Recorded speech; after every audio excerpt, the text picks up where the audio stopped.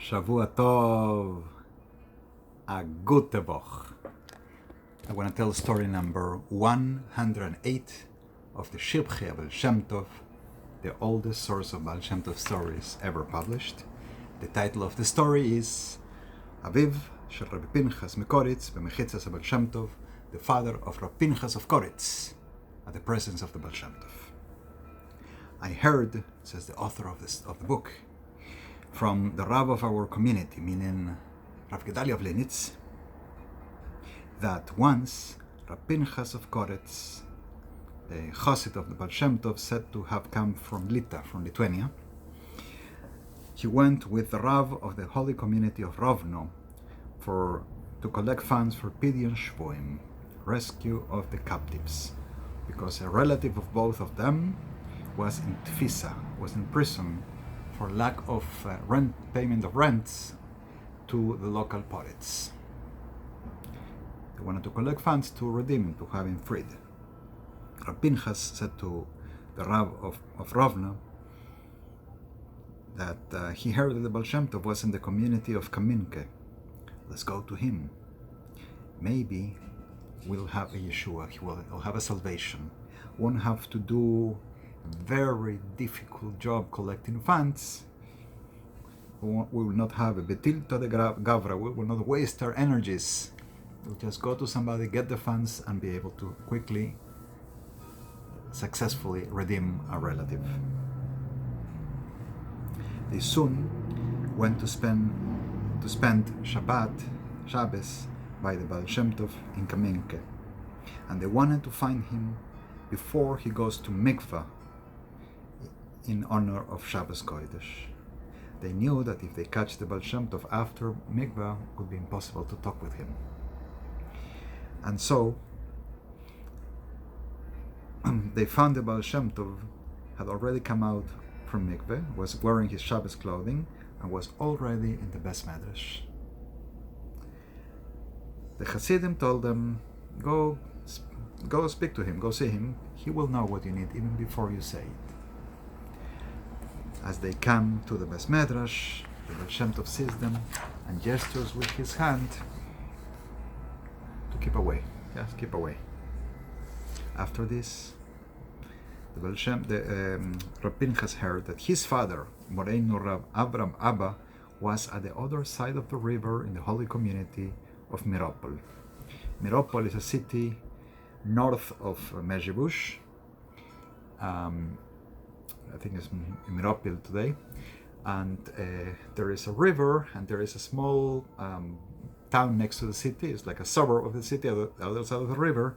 And that suburb was known as Kaminke. So Rabbi Pinchas is already in Kaminke, goes to Miropol to see his father, and he was afraid that his father would be coming to see the Baal Shem Tov.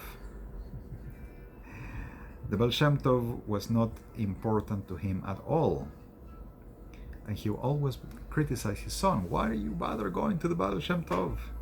So he was afraid that if he meets the Baal Shem Tov, if Rav Avram Abba, father of Rabbi Pinchas, meets the Baal Shem Tov, he would be disrespectful and cause him some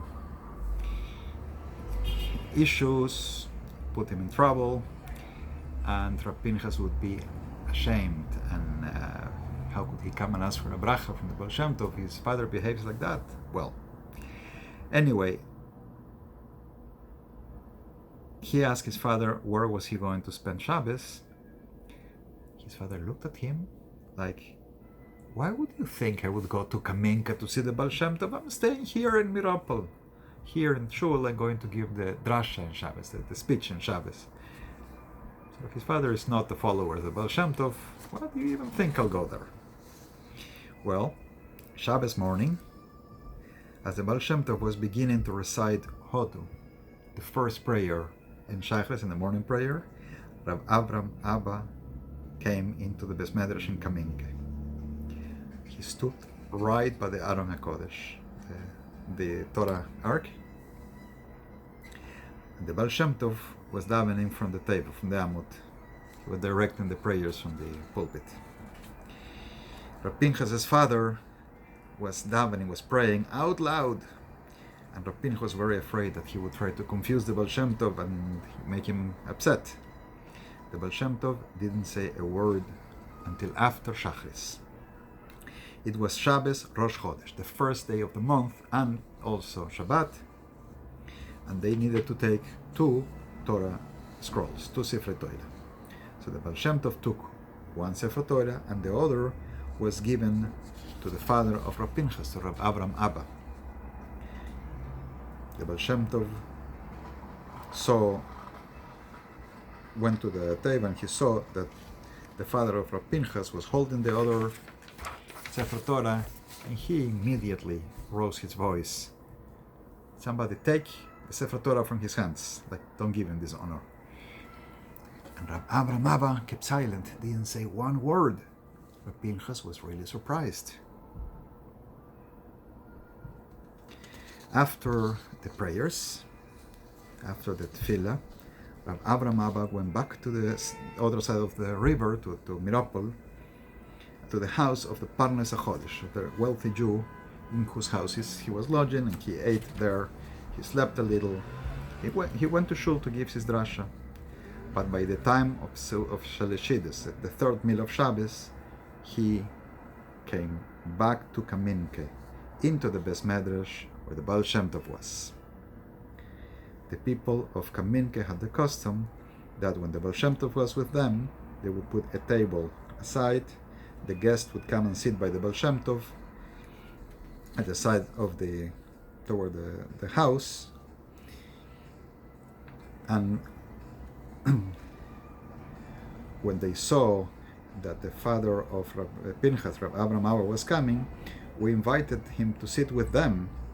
They knew he is a Litvak, and he was very harsh in his ideas, and they were worried that he would try to confuse the Baal Shem Tov in his speech.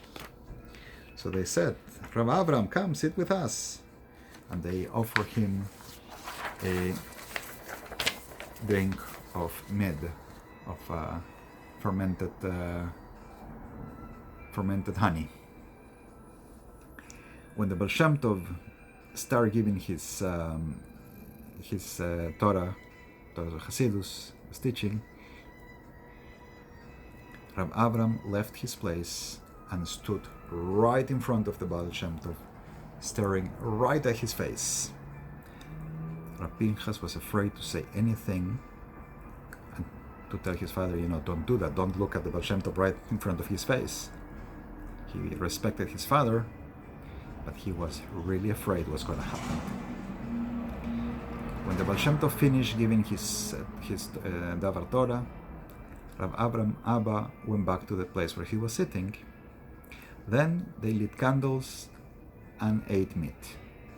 So they continued Shalishidus into after it got dark, and some Jew who had already finished Shabbos, had already davened, lit candles for them. This is mentioned in Shulchan Aruch that it can be done this way. And the Baal Shem Tov came back and said, I need to say something else.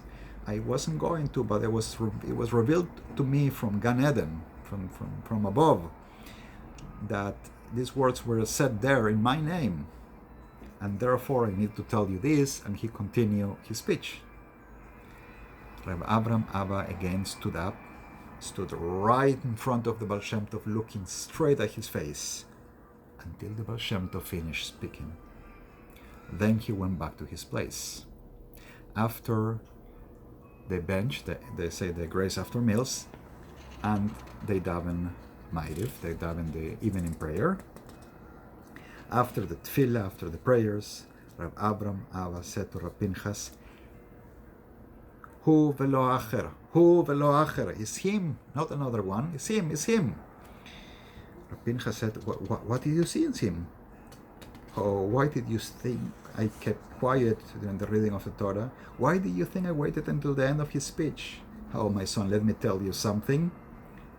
Last night, I saw in a dream, I went into the Garden of Eden, to Gan Eden, and I saw the Sar HaTorah, the highest of all the Malachim, Metad HaMalach, the Sar HaTorah, and he was given over a Davar Torah in the name of the Baal Shem Tov, when I woke up from my dream, I remember it well.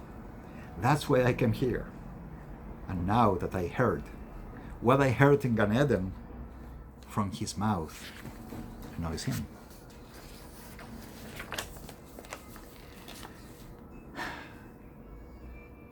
The story ended up there, and the author of the Shivchei Shem Tov said, I didn't hear from the mouth of the Rav of the Kehila what happened about the Pidyon Shvoim.